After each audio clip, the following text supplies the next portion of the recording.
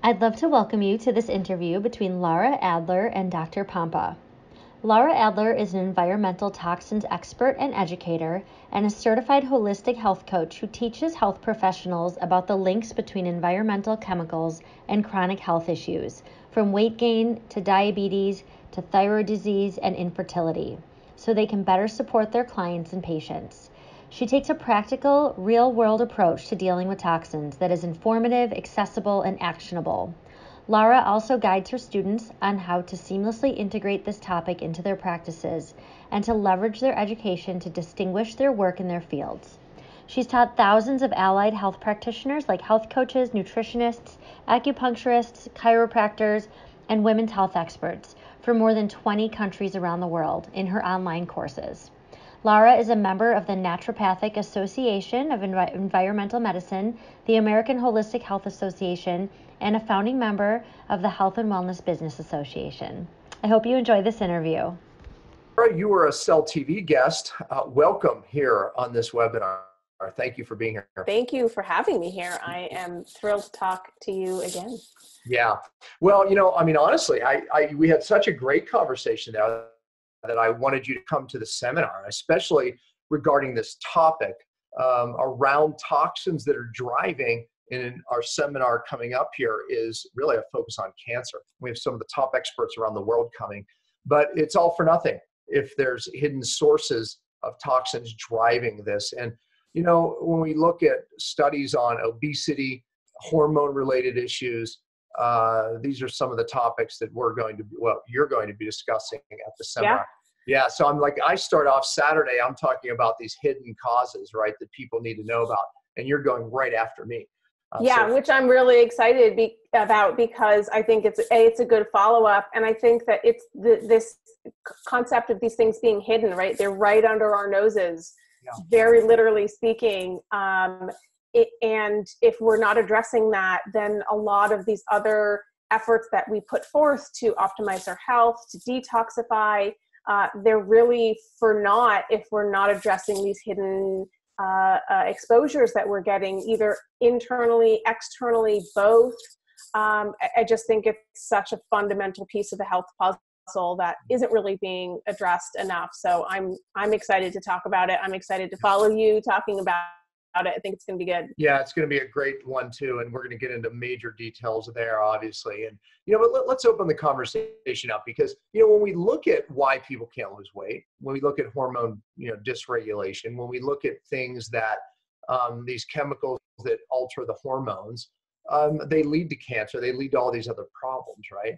So, let's, talk about that. First of all, how did you get involved in this area of study? Kind of on accident / asterisk fine print, not really on accident. I was always interested in health. Is my early teens. It's kind of a dorky thing for a teenager to be interested in nutrition. Oh, no, I have dorky teenagers because I have okay, cool. So that was me in high school, reading all about animal farming and animal husbandry and agriculture. But the toxins piece wasn't really on my radar until many, many years later. I had a whole other career, but was still sort of nerding out on this nutrition health realm, and decided to seek out work in this space and discovered holistic health coaching and was like, ooh, this is it. This is great. Went through that program and started seeing clients, health coaching clients, primarily for weight loss, because, that's what most people are out there dealing with, is sort of whether it's a low level or high level concern, everybody wanted to lose a little bit of weight.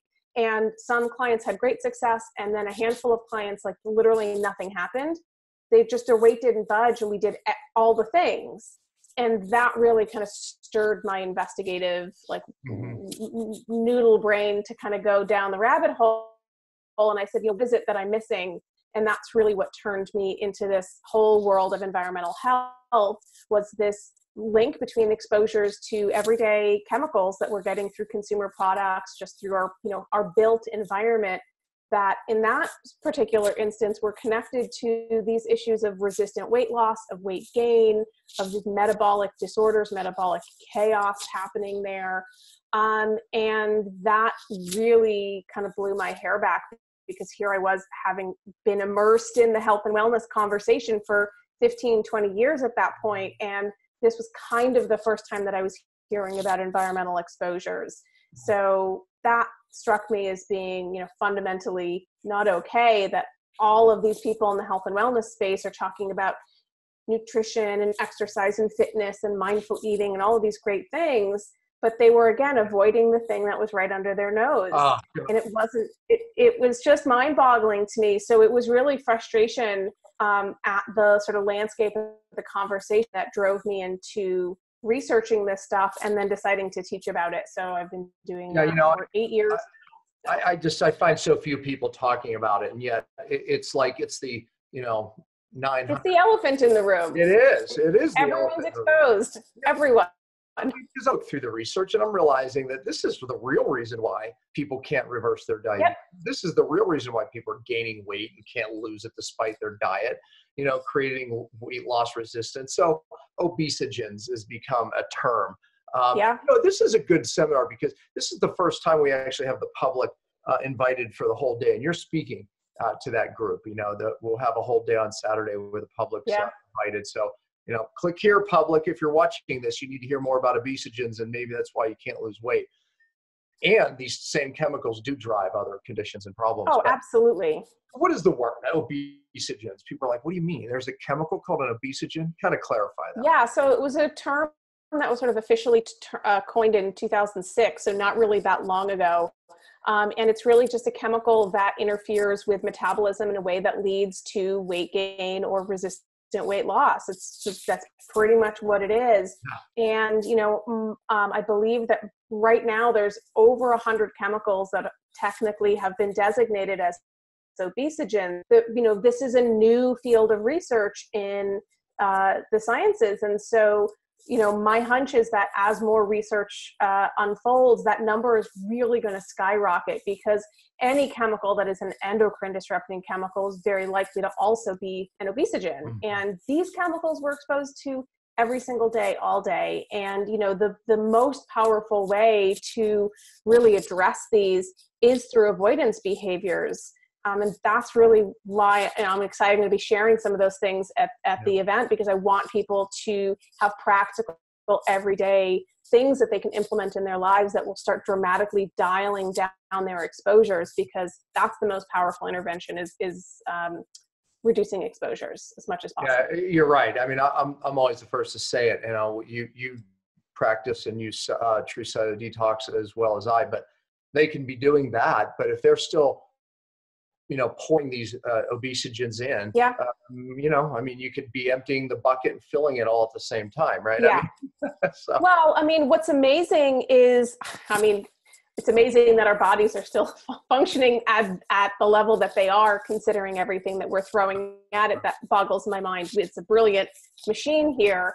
But when the research shows us that, one, some of these obesogenic chemicals technically can leave the body within a couple of hours, meaning the half-life in the body is like really short, 6 to 12 hours. Yet the CDC says that these same chemicals are showing up in 93 to 99% of people. It means that we're filling the bucket faster than our bodies can empty it. That's exactly what that means. And so this is why those avoidance behaviors that I'm going to be talking about at the event are so important. And when we couple that with something like TCD, like with something that is an actual detoxification protocol, and optimize our nutrition and reduce our stress and get in the sauna and get really good sleep, like that's where we hit the home run in, reducing symptoms of illness. Yeah, and you're going to be talking about some of the strategies, which I'm really excited for. I think it's the perfect 1-2 punch that you and I are doing here with the hidden sources. I think, when we look at these chemicals, they're affecting us in more ways than we think. What about some of the epigenetic components to it? So, okay, the half-life on some of these chemicals, some of it's longer than others, but even on the ones that are there short, is there an epigenetic component to it where it turns on certain genes? Absolutely. Absolutely. I think, if we're talking about, either both in cancer and both in the conversation around weight gain, right, obesity, is, people say, oh, well, my parents were heavy, my grandparents were heavy. Being heavy, overweight just runs in my family. It's a yes and situation. Like, yes, maybe you have that, you've inherited that, epigenetic change from previous exposures that have happened in previous generations, but that doesn't necessarily mean that that's your outcome, right? You can change our destiny, and our genes are not our destiny. But when it comes to environmental toxins, they have the tremendous epigenetic influence. We can turn on and turn off gene expression just through the exposure to a lot of these chemicals. That's very true for cancer as well. So same thing, cancer runs in the family. Maybe you've inherited some, so an on gene expression, let's say, from your parents. That doesn't necessarily mean that outcome is carved in stone for the individual, because if we, that epigenome is so malleable, so many things that we can do to influence it and how it changes the expression of our genes. So, the field of epigenetics to me is so fascinating. It's also incredibly hopeful, because it means that there's a lot that we can do. I know that you'll be talking about, women's makeup and personal care is a big hidden source. And I'm sure you're going to give some women tips on that at the seminar.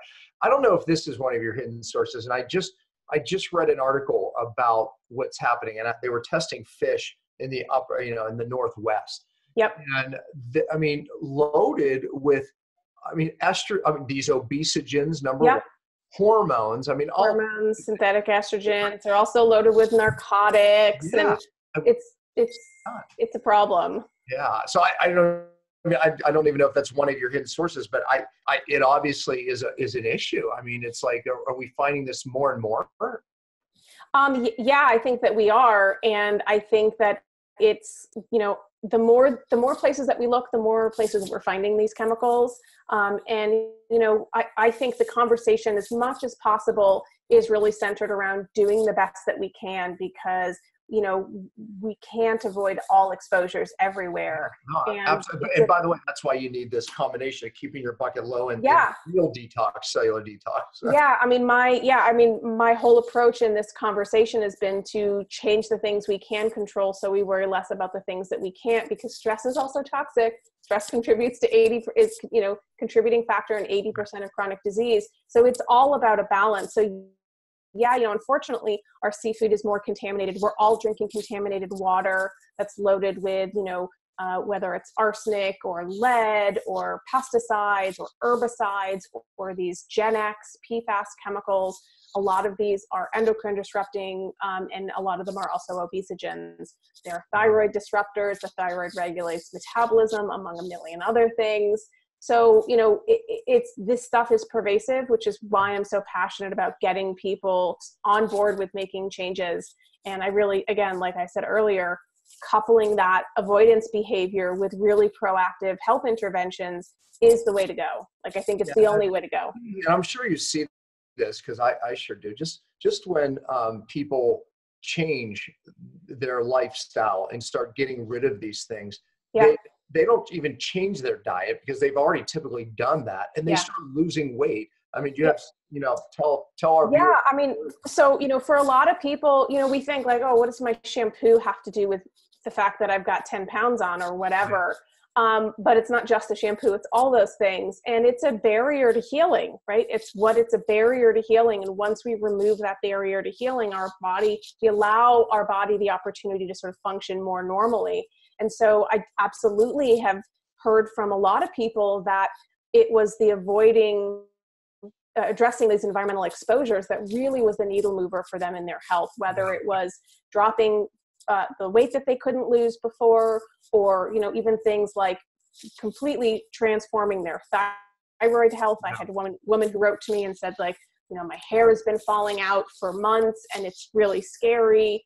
And I had one, she listened to some podcast that I was on talking about chemicals in water. She bought a water filter for her shower, and her hair stopped falling back and is growing back for the first time in months. So just sometimes it is just that small, simple change that can be a huge needle mover. And I think the job of the practitioner and, people within their own family is to start making connections between these seemingly unrelated items in the home, like dish soap or scented candles or laundry detergent, and our health problems. You know, in America, we spend 93% of our lives inside a built environment. That's inside our home or office or our car. Yeah. So to think that the built environment is not a factor in our health is really naive. And So, you can't help a thyroid condition without dealing with toxins, because the thyroid is so sensitive. It's Yep. the canary in the coal mine. It's so sensitive to toxins, and the toxins you're going to be educating people on are these toxins that disrupt the hormones, that disrupt the thyroid. I'm telling you, it is very few people talking about it. That's why you're going to be there. Well, I'm excited to share it with everybody because I want, this sort of movement. I mean, we've seen the landscape of this conversation shift over the last 10 years in a really positive direction, but there still are not enough health professionals that are actively engaging in conversation about this. That's what, I'm here to help change. I know that's what you're here also to help change. And the more consumers that are out there that start making changes, it kind of helps level the playing field for everyone going forward. And, it's going to take a while, but I think that we can get some momentum in this movement. And I'm really thrilled that you're doing this event and opening a stage for this conversation, because we need more of that happening in this space. Yeah, I think the public being there for the first time too, it'll open the doctor's eyes up on that people really want this. We're excited teaming up with you because you give so many people so many alternatives, right? It's like, okay, this is bad, but alternatives, right? Doctors all the time aren't great at doing that, so it's like, this is bad, stay away from it. Okay, but I still want to look nice. So, what do I do? So they want alternatives, and you're going to supply that. So I can't wait, to hear your talk. And, I know it's going to be so hands-on for people and educational. I think the doctors that are there, they better be in the room. Laura, thank you. Thank you. Can't wait to see the seminar. And folks watching, you can, be at the seminar, join up, click right here on the page.